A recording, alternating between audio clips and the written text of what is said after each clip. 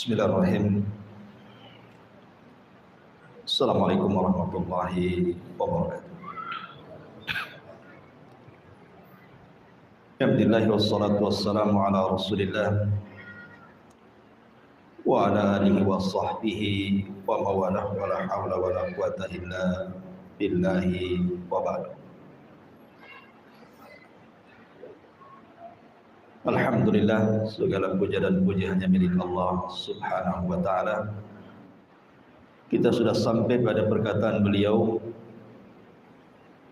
Al-Muallif rahimahullah ta'ala, wa idza ja'aka yunadiruka fahdharhu fa inna fil munadharati al-mira'a wal jidala wal mubalaghata wal khusumata wal ghadaba wa qad nuhita an jami'i hadha jiddah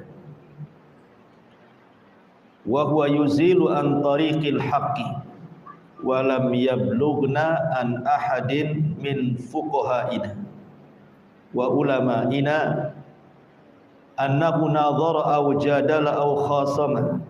Qala al-Hasanu al-Hakim la yumari wa la yudari hikmatuhu yansyuruha. In kubilat hamidallah wa in ruddat hamidallah. Wa jaa rajulun ila al-Hasani faqala ana unadiruka fid din. Qala al-Hasan ana araftu dini fa in dhalla dinuka fadhhab fatlubhu. Wa sami'a Rasulullah sallallahu alaihi wasallam qauman ala babi hujratihi yaqulu ahaduhum alam yaqulillahu kadza fa kharaja mughdaban fa qala abi hadza amartukum am bi hadza bu'ithtu ilaikum an tadribu kitaballah ba'dahu bi ba'd fa nahahum 'anil jidal. Wa kana Ibnu Umar yaqra'ul munadharata wa Malik ibn Anas wa man fawqahu wa man dunahu ila yaumina hadha. Wa qaulullahi azza wa jal akbaru min qaulil khalqi. Qala Allah tabaraka wa ta'ala wa ma yujadilu fi ayatillahi illa alladhina kafaru. Wa sa'ala rajulun Umar ibn al-Khattab faqala ma wan nashitati nashta. Qala law kunta mahluqan la darabtu unuqa.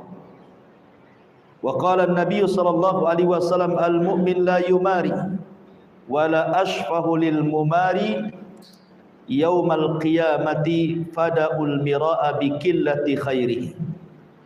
Intaha kalam. Kata muallif rahimahullahu ta'ala, apabila datang kepadamu seseorang yang mengajak debat dengan kamu, maka hati-hati, karena dalam perdebatan itu ada mirah. Mirah itu maksudnya debat tapi bukan mencari kebenaran, hanya ingin debat saja. Wal jidala,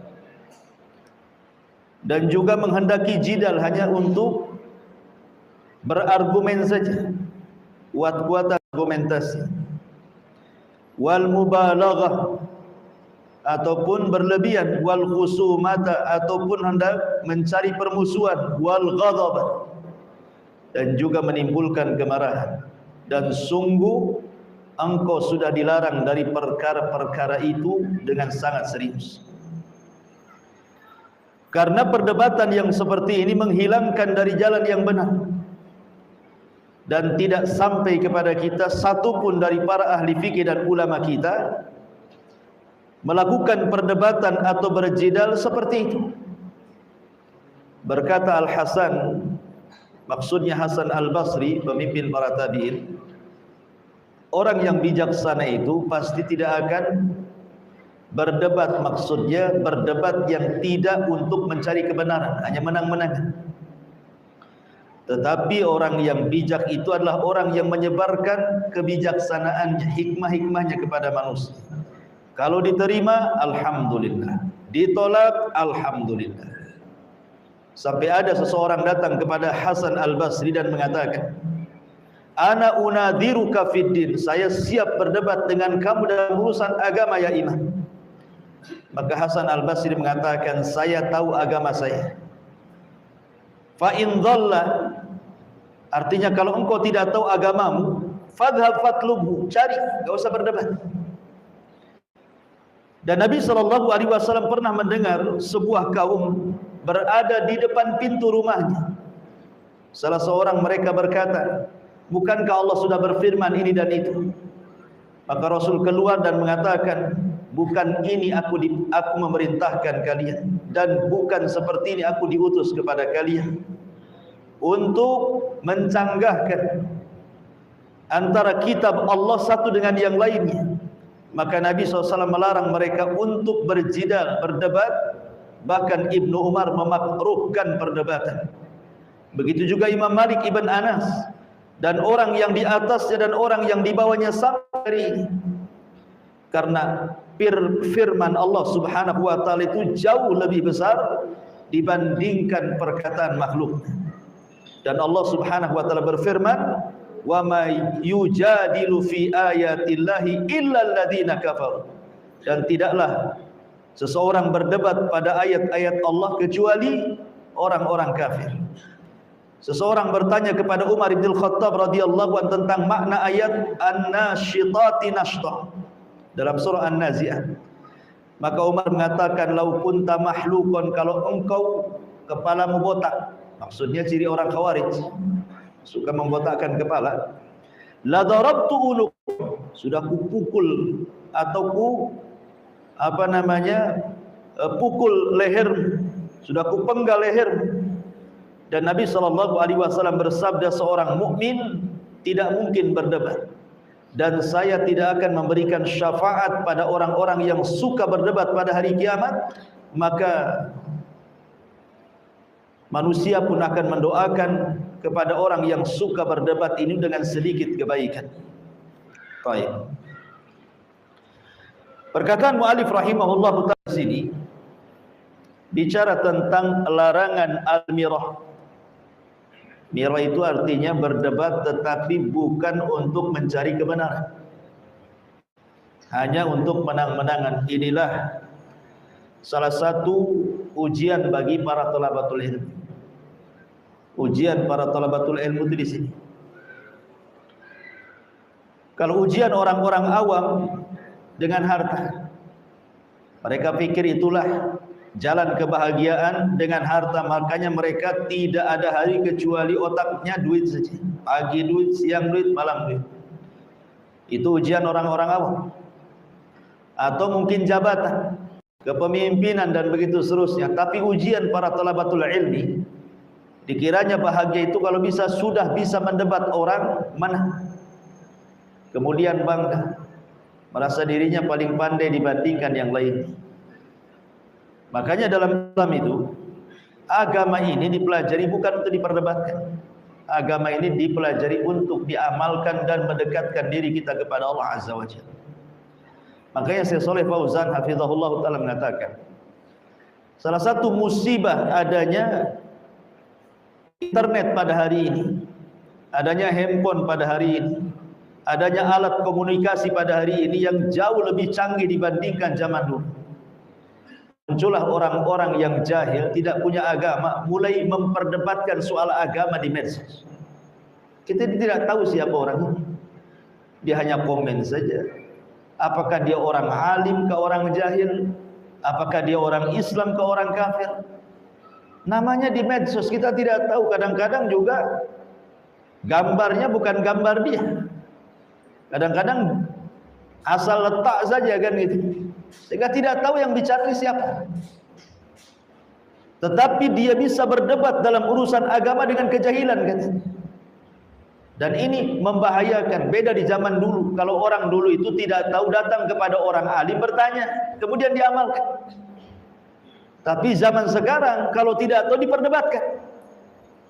Sehingga akhirnya bukan menambah keyakinan pada agama, justru mendatangkan keraguan.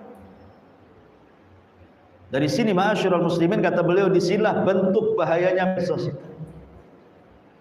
Karena kalau sudah berdebat dalam urusan agama, kemudian sampai mencaci maki di dalamnya, apalagi kemudian menyerempet-nyerempet, mencaci maki Allah, Rasul dan ayat-ayatnya, bisa kufur. Hanya karena mungkin urusan-urusan politik kadang-kadang. Kalau bulan politik ini agama masuk. Kadang-kadang diperdebatkan untuk memukul lawannya, pakai dalil macam-macam. Nanti dibantah lagi. Ma'asyiral muslimin yang dimuliakan Allah Azza wa Jalla, mu'allif rahimahullahu taala di sini mengatakan, apabila ada orang yang datang kepadamu mengajak berdebat, hati-hati. Jangan dilayan. Enggak perlu, kalau tidak ada maslahatnya ngapain antum debat. Saya akan kisahkan satu kisah. Al-Imam Malik rahimahullahu taala, Imam Malik Ibn Anas rahimahullahu taala, suatu ketika dia sedang bersandar di Masjid Nabawi. Jadi tiba-tiba kemudian ada seseorang yang muttaham bil irja. Orang ini tertuduh memiliki pemahaman murji'ah. Datang dia kepada Imam Malik yang sedang duduk bertelekan di Masjid Nabawi. Faqala, dan dia mengatakan, ya Abdullah, isma minni syai'an ukallimuka bihi. Kemudian dia mengatakan, wahai Abdullah, maksudnya kepada Imam Malik, dengarkan kata-kataku sedikit. Saya ingin bicara denganmu, wa uhajuka, dan ingin berdebat denganmu, wa ukhbiruka bi ra'yi, dan ingin menghabarkan pendapatku. Maka Imam Malik mengatakan, in ghallabtani, kalau engkau mengalahkan aku, kira-kira apa konsekuensi? Kata Imam Malik, baik, kalau saya layani kamu berdebat, kalah pula aku dan kau yang menang. Maka orang ini mengatakan, in ghallabtuka ittaba'ani, kalau aku bisa mengalahkan kamu, ya kamu harus ikut akulah, bukan sudah kalah. Kata Imam Malik rahimahullahu taala, bagaimana kalau sebaliknya? Kalau sebaliknya, aku yang mengalahkan kamu, in ghallabtuka, kalau aku bisa mengalahkan kamu, konsekuensinya gimana? Maka orang ini mengatakan, ya aku akan mengikuti kamu. Baik, kalau seandainya setelah perdebatan ini entah saya yang kalah, entah kamu yang menang, atau saya yang menang, engkau yang kalah, tiba-tiba besoknya ada lagi yang mengajak debat dengan persoalan yang sama, kemudian kita berdua kalah, kira-kira apa konsekuensinya? Ya kita semua harus ikut dia kan? Maka Imam Malik rahimahullahu ta'ala mengatakan, ya Abdullah, ba'athallahu azza wa jalla Muhammadan sallallahu alaihi wasallam bidinin wahidin wa araka tantakil min dinin ila din. Dengerin kata Imam Malik, Nabi sallallahu alaihi wasallam itu diutus dengan satu agama saja, tapi saya lihat engkau orang yang suka pindah dari satu agama ke agama berikutnya. Sebab kalau aku kalah, engkau memaksa aku untuk ikut pendapatmu. Kalau aku bisa mengalahkan kamu, pendapatmu kau tinggal, akhirnya mengambil pendapatku. Kalau ada orang yang mengalahkan, kau berpindah kepada pendapat itu. Kalau ada orang lagi mengalahkan, berpindah lagi. Sampai kapan seperti itu agama pindah-pindah? Jadi Imam Malik rahimahullahu ta'ala ingin mengajarkan kepada orang ini, jangan suka berpindah-pindah dalam agama. Makanya Umar bin Abdul Aziz rahimahullahu ta'ala mengatakan, man ja'ala dinahu gharadan lil khusumati aktsaru tanakkul. Siapa yang tujuan mencari agama itu untuk sekedar khusumah, hanya untuk diperdebatkan saja, maka pasti orang itu akan banyak plin-plan, suka berpindah satu keyakinan ke keyakinan berikutnya. Akhirnya jadi ragu-ragu dia. Si pindah lagi. Sampai kapan seperti itu beragama? Tidak akan punya ketenangan. Ma'asyiral muslimin yang dimuliakan Allah Azza wa Jalla. Makanya saya tertarik dengan satu perdebatan dalam sejarah. Ketika Imam Syafi'i rahimahullah ta'ala berdebat dengan Abu Ubaid Al-Qasim ibn Salam. Ini yang saya salut ketika membaca kisah ini. Bagaimana kebijaksanaan kedua ulama ini. Imam Syafi'i rahimahullahu taala berdebat dengan Abu Ubaid Al-Qasim ibnu Sallam. Berdebat persoalan apa? Persoalan makna al-qur'u. Wal mutallaqat yatarabbasna bi anfusihinna thalathata quru'. Tentang makna quru'. Di mana orang-orang yang telah mentalak istrinya, maka istri itu punya masa iddah selama 3 quru'. Apa makna quru' ini? Apakah dia makna haid, artinya setelah 3 kali haid, ataukah maknanya suci dari haid? Makna quru' di sini. Berarti kalau diartikan haid, semata-mata sudah haid dan sudah ketiga kalinya haid, berarti wanita itu sudah lepas masa iddahnya. Boleh nikah lagi, gitu maksudnya. Tapi kalau maknanya adalah bersih dari haid, berarti lama sedikit. Ya, lama sedikit. Mungkin bisa bertambah seminggu lagi, karena suci dari haid itu kan nunggu 1 minggu. Berarti agak lama sedikit masa iddahnya. Mungkin 1 mingguan lebihnya. Lah Imam Syafi'i rahimahullahu taala berpendapat bahwa quru itu haid. Tetapi Abu Ubaid Al-Qasim ibn Sallam ini memahami quru di situ suci dari haid. Akhirnya berdebatlah kedua ulama dengan sangat sengit, masing-masing memberikan hujah dan alasan pendapatnya. Setelah mentok perdebatan itu, sudah tidak saling lagi memberikan hujah, maka Imam Syafi'i rahimahullahu taala tiba-tiba mengatakan, jazakumullah khairan, semoga Allah membalas dengan balasan yang baik kepadamu ya Aba Ubaid Al-Qasim ibn Sallam. Sesungguhnya selama ini aku ragu-ragu dengan pendapat, dan aku meyakini pendapatku yang paling kuat. Setelah berhujah dengan kamu, rupanya pendapatmu lebih kuat. Aku ikut pendapat. Katanya Abu Ubaid Al-Qasim ibn Sallam, begitu juga diriku, katanya. Ketika aku berpendapat bahwa quru itu maknanya bersih dari haid, itu sangat saya yakin ini pendapat saya yang paling kuat. Tapi setelah berdebat dengan kamu, saya lihat hujahmu lebih kuat. Berarti aku ikut pendapatmu. Terbalik-balik juga. Tadinya Imam Syafi'i mengatakan quru itu haid, jadi suci dari haid. Abu Ubaid pula yang tadinya berpendapat suci dari haid, mengatakan aku menguatkan pendapat yang haid. Subhanallah. Begitu para ulama. Ya. Jadi saling tukar pendapat jadinya. Kan enak kalau berdebat seperti ini, menghargai yang lainnya. Tapi begini kenyataannya, kalau saya berdebat nih dengan Caklis, memang saya berdebat, menang pula Caklis ini. Saya dan ngakui saya kalah Caklis. Antum lebih kuat, kata Caklis. Alhamdulillah Ustaz sudah kembali kepada kebenaran. Subhanallah, bisa pula dia ngomong gitu dengan bangganya. Orang sekarang kan tidak menghargai orang. Makanya Imam Syafi'i rahimahullahu taala sampai mengatakan, Imam Syafi'i itu kalau dia hendak berdebat, selalunya Imam Asy-Syafi'i rahimahullahu taala akan berdoa kepada Allah Subhanahu wa taala, semoga kebenaran itu ada pada lisan orang yang diajak debatnya. Jadi dia salat 2 rakaat berdoa kepada Allah Subhanahu wa taala. Kemudian Imam Syafi'i mengatakan, ya Rabb, ya, kalau bisa kebenaran itu ada pada lisan orang yang kuajak debat. Minta kepada Allah supaya kebenaran ada pada lisannya. Makanya kata Imam Syafi'i rahimahullahu taala, ma jadaltu ahadan qad fa ahbabtu an yuhdhiya. Maksudnya fa ahbabtu annal haq ala lisanihi.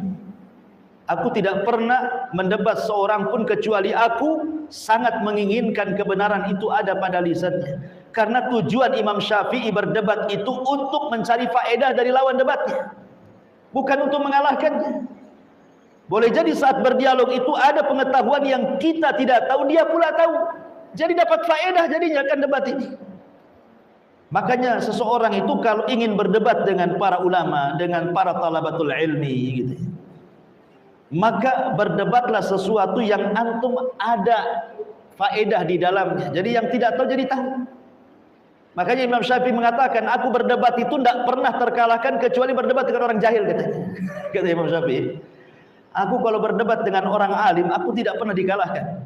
Tetapi kalau aku berdebat dengan orang jahil, dia pula yang mengalahkan aku, katanya. Kenapa? Karena orang jahil itu bukan untuk berdebat.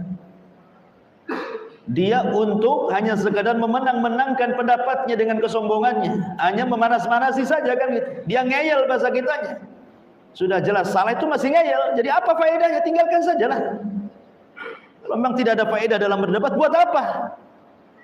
Makanya kenapa dalam Islam itu sangat dipuji dalam sebuah hadis, ana zaimun bi baitin fi rabadil jannah liman tarakal mirah.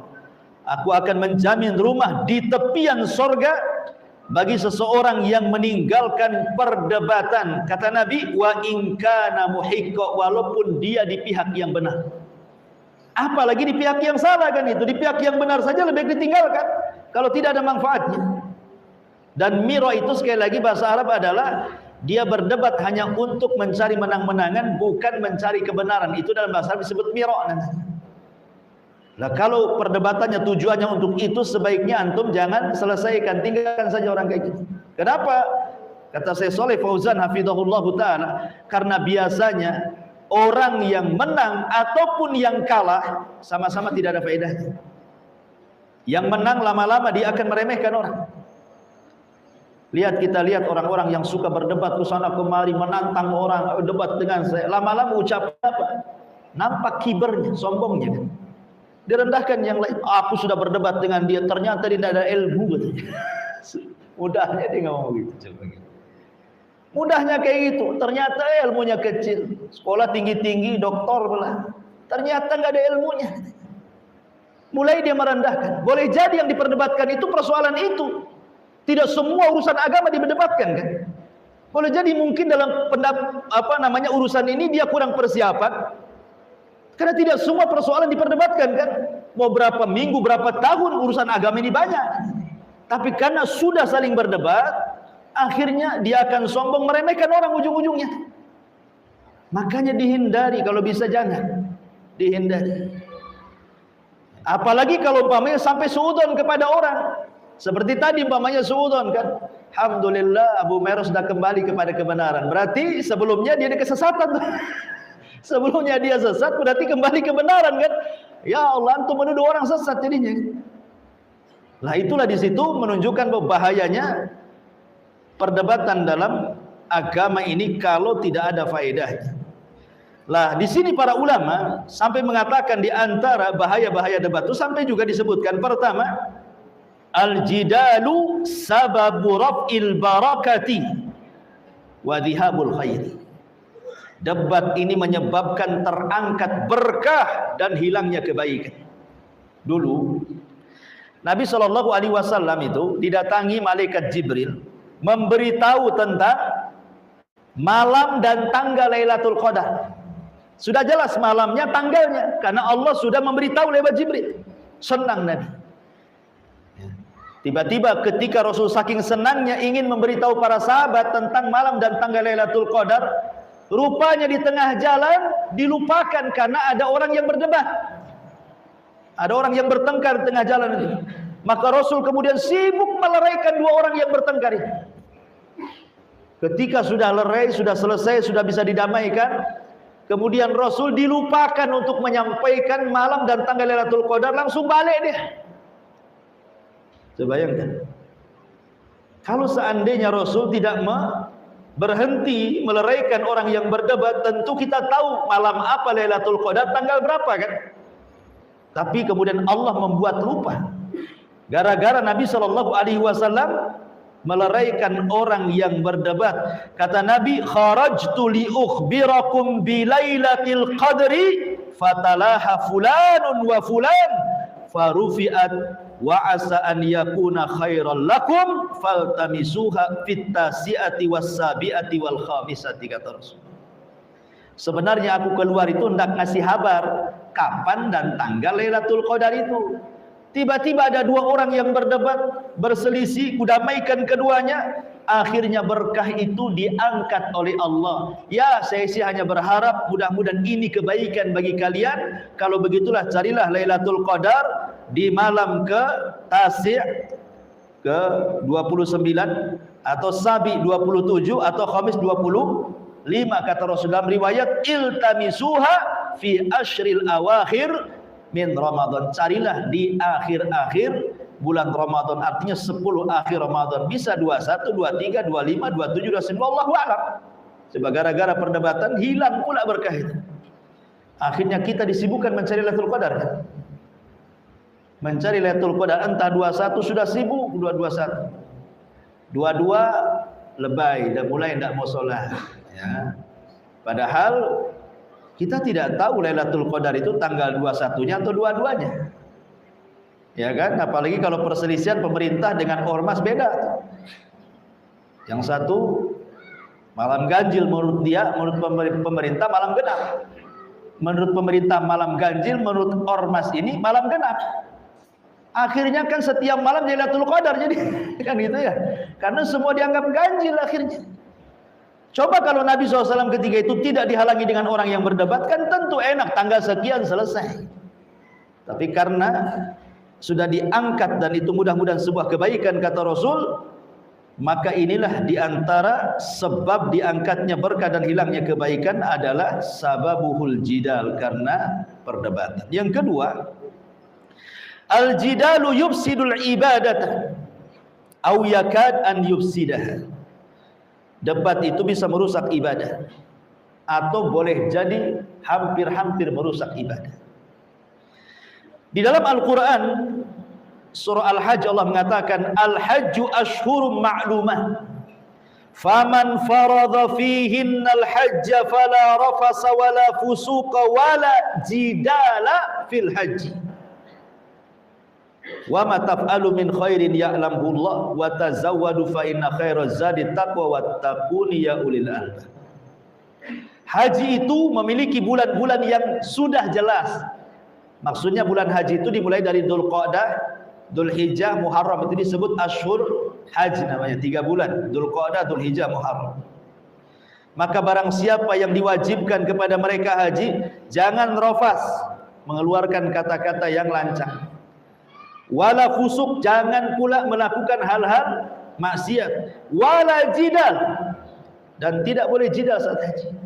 Kenapa? Kata ulama tafsir mengatakan, karena jidal dalam haji, dalam pelaksanaan haji bisa membatalkan ibadah haji atau hampir-hampir membatalkan. Nah ini kan bahaya jidal ya. Kalau tidak tahu tanya. Kemudian yang nomor 3 adalah al-jidal sababul halak.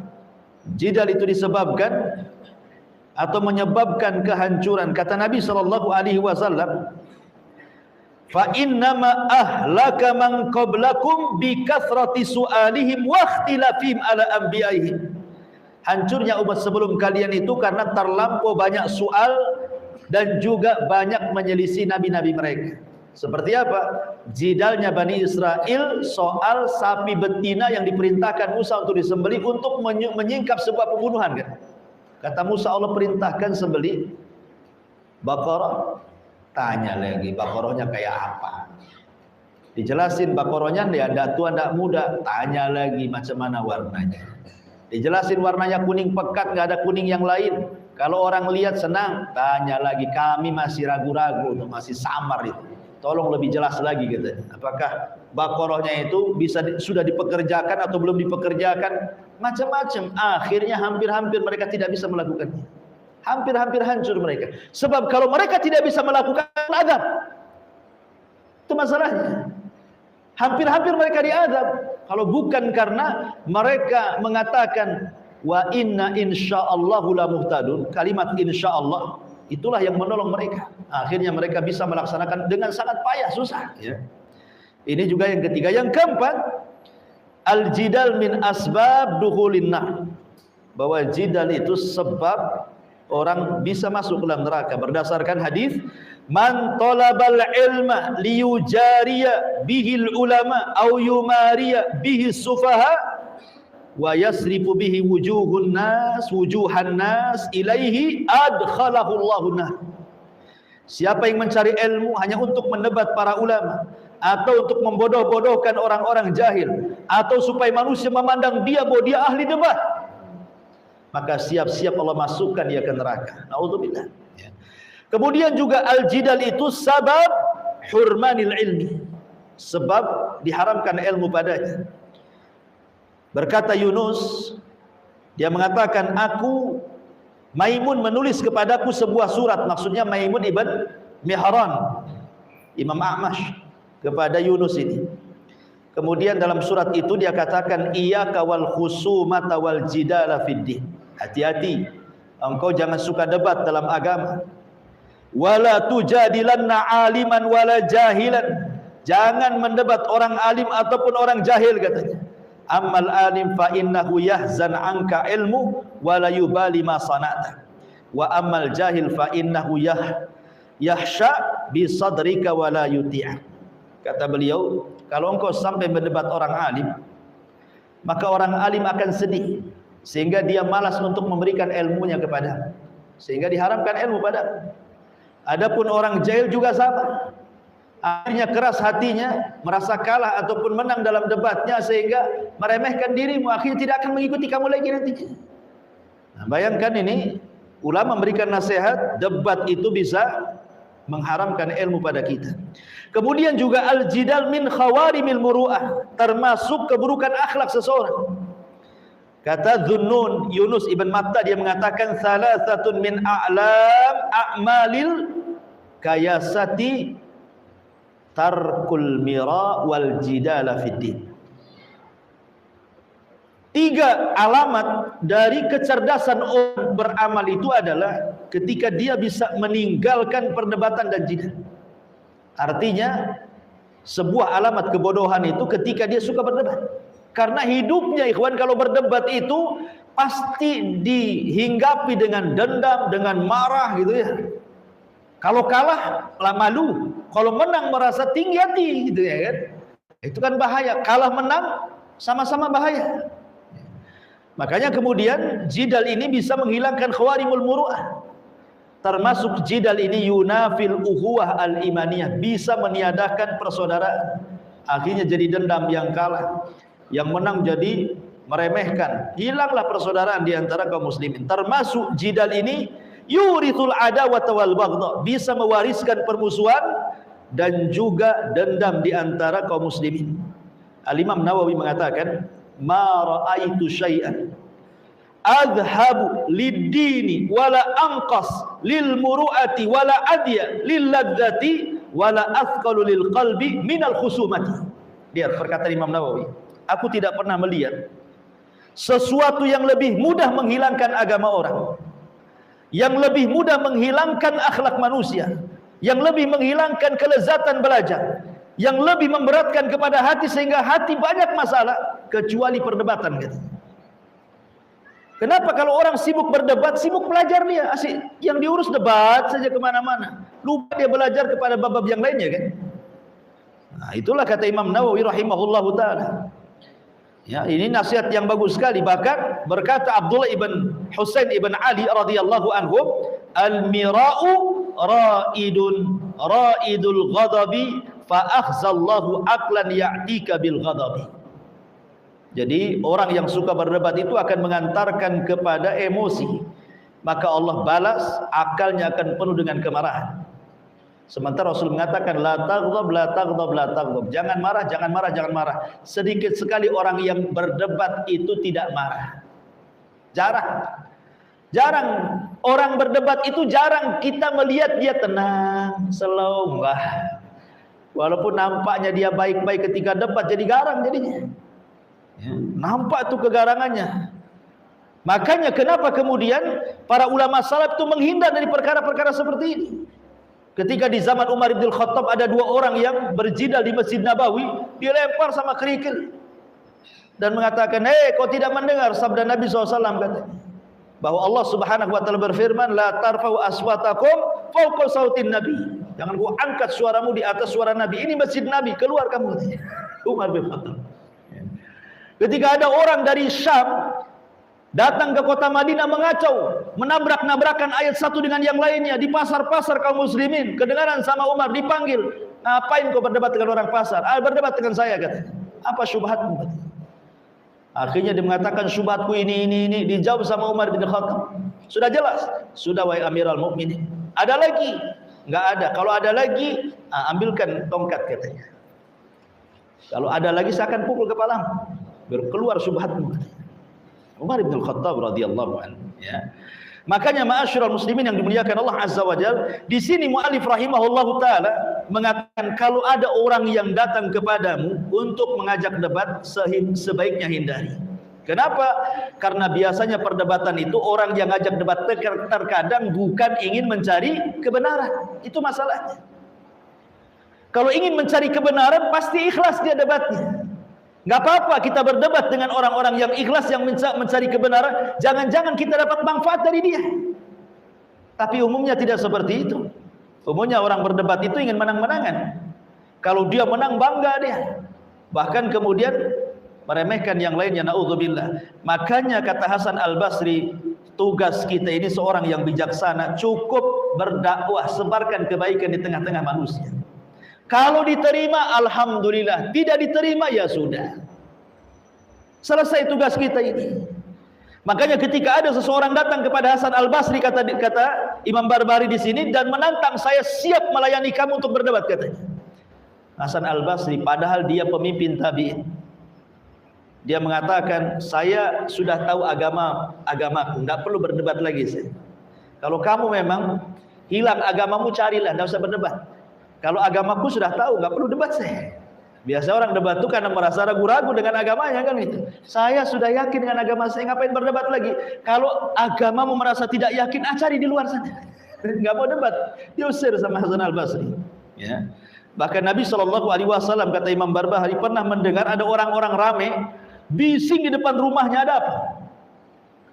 Tiba-tiba kemudian salah seorang yang bising mengatakan, alam yakulillah kada wa kada rasul. Bukankah Allah sudah bersabda seperti itu?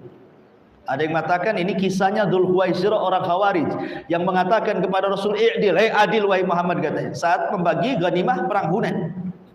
Maka Rasul emosi, marah dan mengatakan, aku tidak memerintahkan untuk ini dan aku tidak diutus untuk seperti ini. Untuk saling berdebat kalian, apalagi mendebat Allah dan Nabi.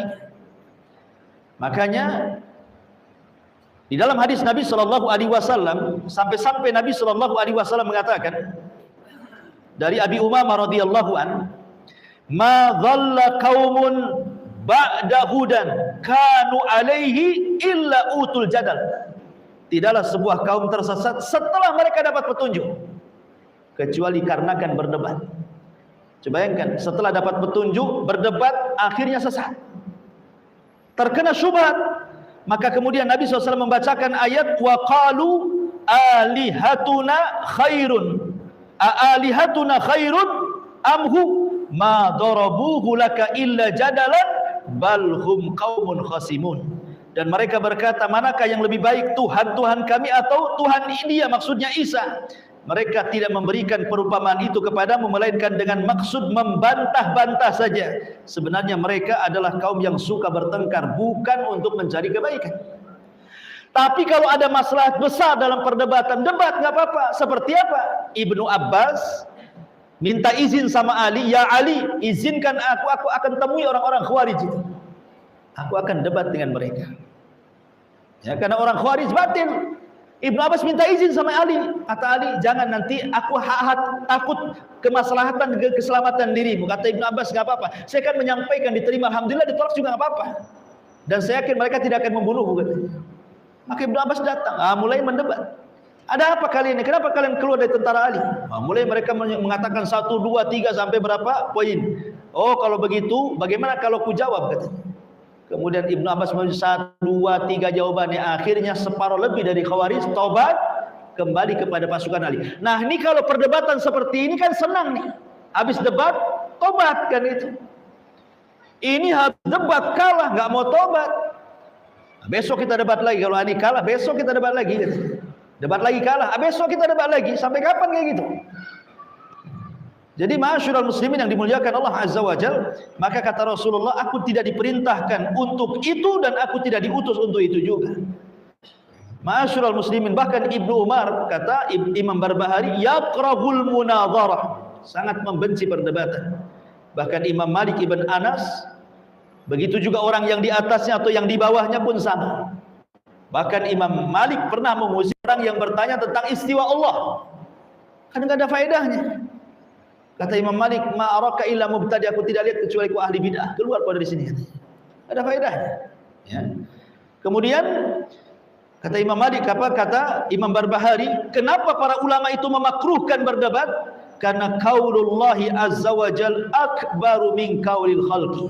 Karena firman Allah jauh lebih agung dibandingkan ucapan makhluknya. Kemudian beliau mencantumkan ayat surah Ghafir ayat 4, wa ma yujadilu fi ayatillahi illa alladziina kafaru. Tidaklah dia berdebat pada ayat-ayat Allah kecuali orang-orang kafir. Artinya yang suka debat itu orang kafir. Ya. Tahu kebenaran di depannya masih didebat seperti orang-orang Yahudi. Tahu kebenaran tapi berdebat dengan Nabi SAW. Tahu dia seorang Nabi. Coba ketika Yahudi datang kepada Rasul, saya Muhammad, saya punya asilah pertanyaan. Kalau engkau bisa menjawab, memang kau seorang Nabi. Tapi kalau tidak bisa menjawab, kau bukan Nabi. Kata Rasul, apa soalannya? Disebutkan 1, 1, 2, 2, 3. Rasul menjawab satu-satu. Benar jawabannya. Harusnya kalau mengikuti janjinya, kalau bisa menjawab akan mengikuti Nabi, dan kalau tidak bisa menjawab tidak akan mengikuti Nabi. Bukan Nabi bisa jawab, nggak mau ikut gara-gara apa? Oke, saya mau tanya wahai Muhammad, yang ngasih tahu jawabanmu siapa? Kata Rasul, Jibril. Oh, Jibril tidak bisa, Jibril musuh kami katanya. Jibril kena sasaran. Adapun Jibril, oh nggak bisa. Coba kalau Mikail yang ngasih tahu, kami ikut katanya. Intinya cari-cari alasan, bukan masalah Jibril atau Mikailnya. Mereka tahu kebenaran tetapi mereka menentang. Wajahadu bihi, sama dengan Fir'aun, tahu kebenaran tapi menolaknya karena zalim dan kesombongan. Nah, itulah orang-orang. Kemudian ketika seorang laki-laki datang kepada Umar bin Khattab ingin mendapatkan kalimat wan nasyitati nashtah. Apa kata Umar? Lau kunta mahluqan. Makhluk itu artinya dicukur rambutnya, dibotak, itu cirinya orang Khawarij. Kalau engkau Khawarij, kata Umar bin Khattab, la darabtu unuqa, sudah kupenggal lehermu. Maka Umar tidak suka orang mendebat dalam rangka untuk kesombongan, bukan dari kebenaran. Kemudian Rasul juga mengatakan seorang mukmin tidak mungkin berdebat hanya untuk mencari menang-menangan, bukan mencari kebenaran. Kata Rasul, wala ashfa'u lil mumari, saya tidak akan beri syafaat kepada orang-orang yang suka berdebat pada hari kiamat. Fada'ul mira'a liqillatil khaira, maka manusia mendoakan keburukan, sedikit kebaikan bagi orang-orang yang berdebat ini. Wallahu a'lam bishawab.